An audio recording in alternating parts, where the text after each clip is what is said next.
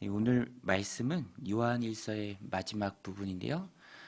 요한 사도는 이 땅을 살아가는 그리스도인이 확신 가운데 살아가기를 원했습니다. 그래서 요한일서 마지막 내용을 기록하면서 확신에 대한 말씀이 참 많이 나오죠.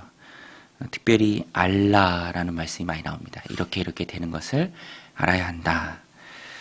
몇 가지 확신에 대한 말씀이 나오는데요. 첫 번째는 가장 중요한 확신이죠. 구원의 확신입니다. 13절에 보면 편지의 목적이라고 이렇게 나오죠. 편지를 쓴 목적.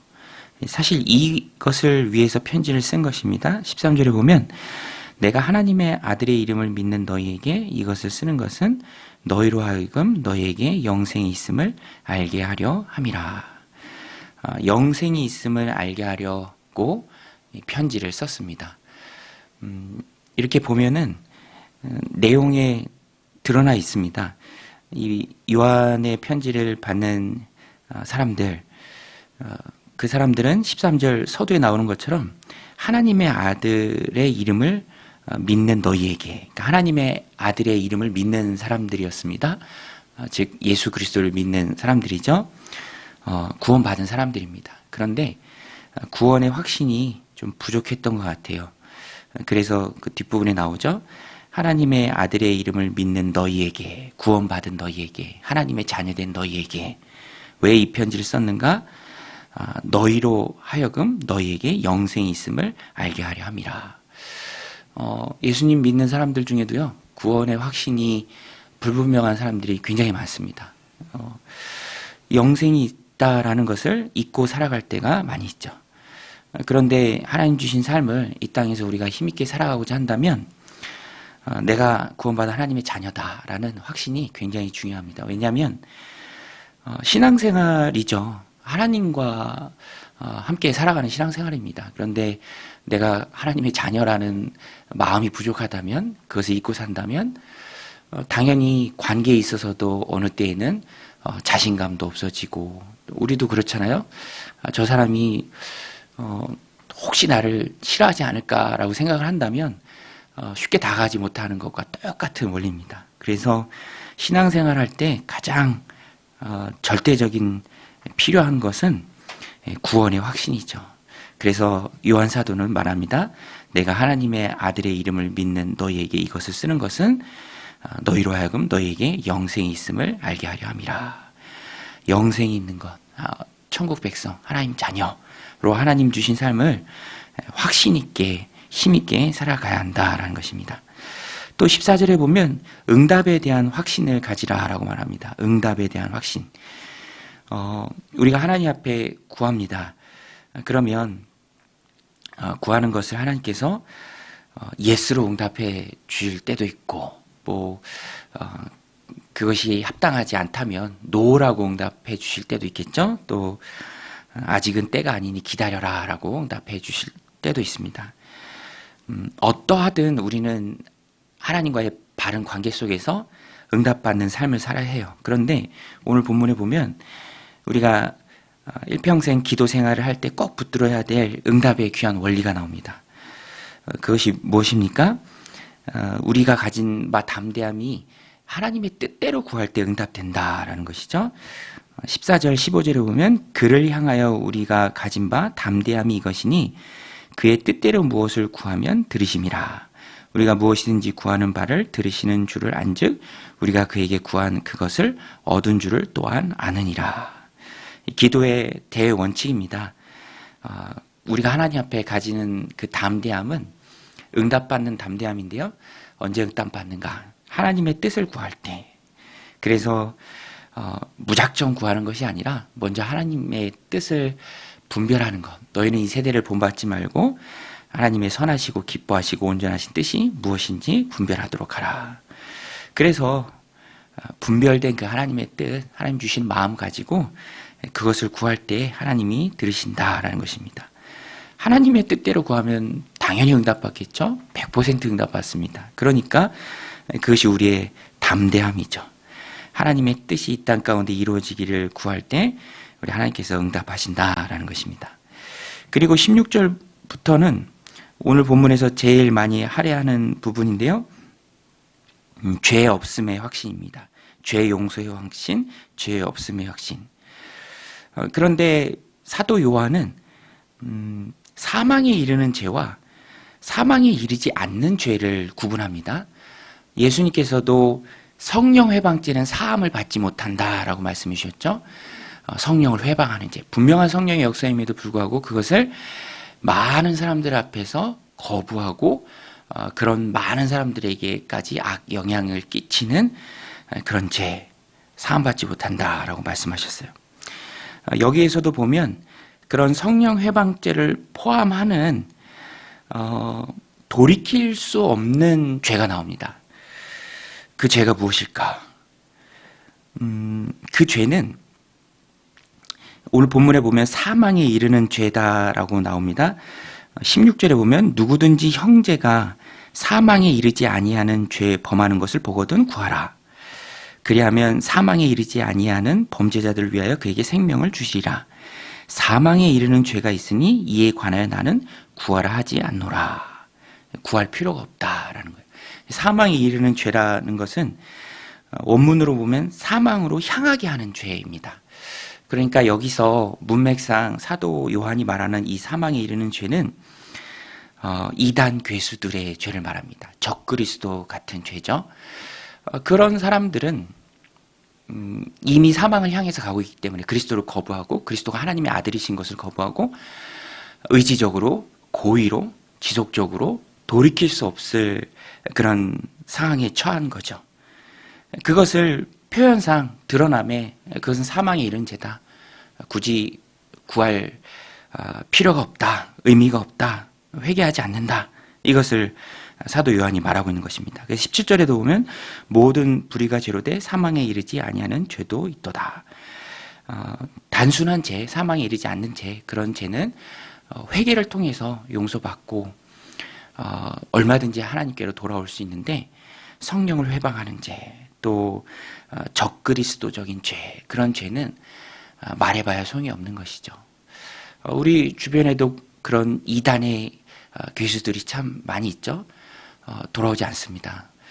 그런 자들은 이미 적그리스도죠. 적그리스도적 사역에 그 악한 일에 참여하는 사람들입니다. 그런데 유다서 같은 데도 이렇게 묵상해 보면 말세죠.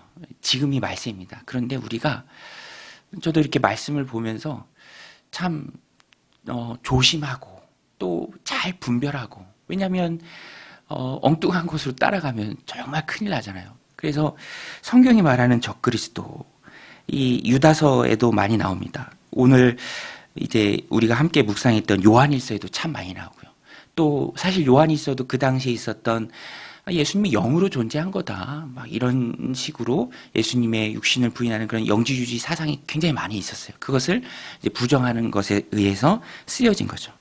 그래서 핵심은 그냥 대수롭지 않게 치부해 버리기보다는 사랑하는 우리의 가족들, 또 우리의 공동체의 지체들, 그런 잘못된 사망에 이르는 죄 가운데 빠져 있는 악한 자들이 이끌어가는데 마음을 빼앗기지 않도록 우리는 분별할 수 있어야 돼요.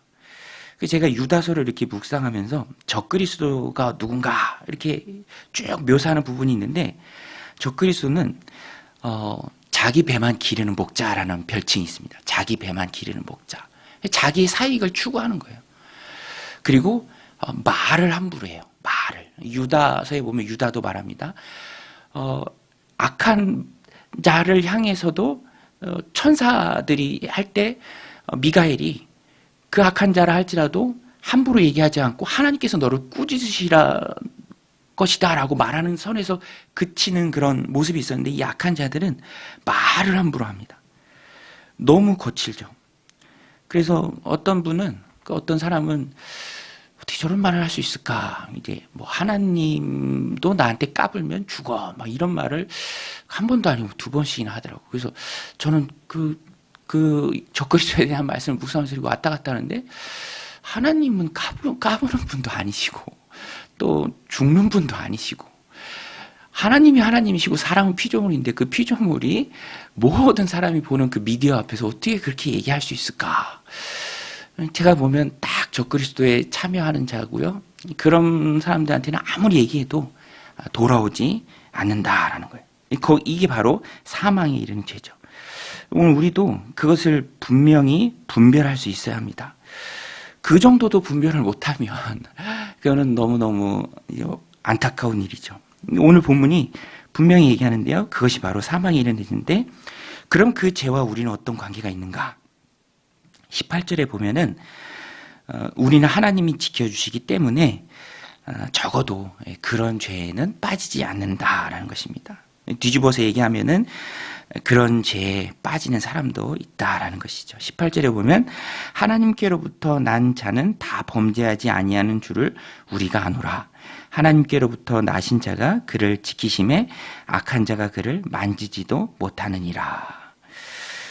그래서 오늘 우리는 이 말씀을 받을 때 하나님이 우리를 지켜주시기 때문에 악한 자가 우리를 만지지도 못합니다. 우리는 절대로 선택받은 하나님의 백성이 분명하다면 그런 사망에 이르는 죄, 용서받지 못하는 죄에 빠질 이유가 없는 자들이죠.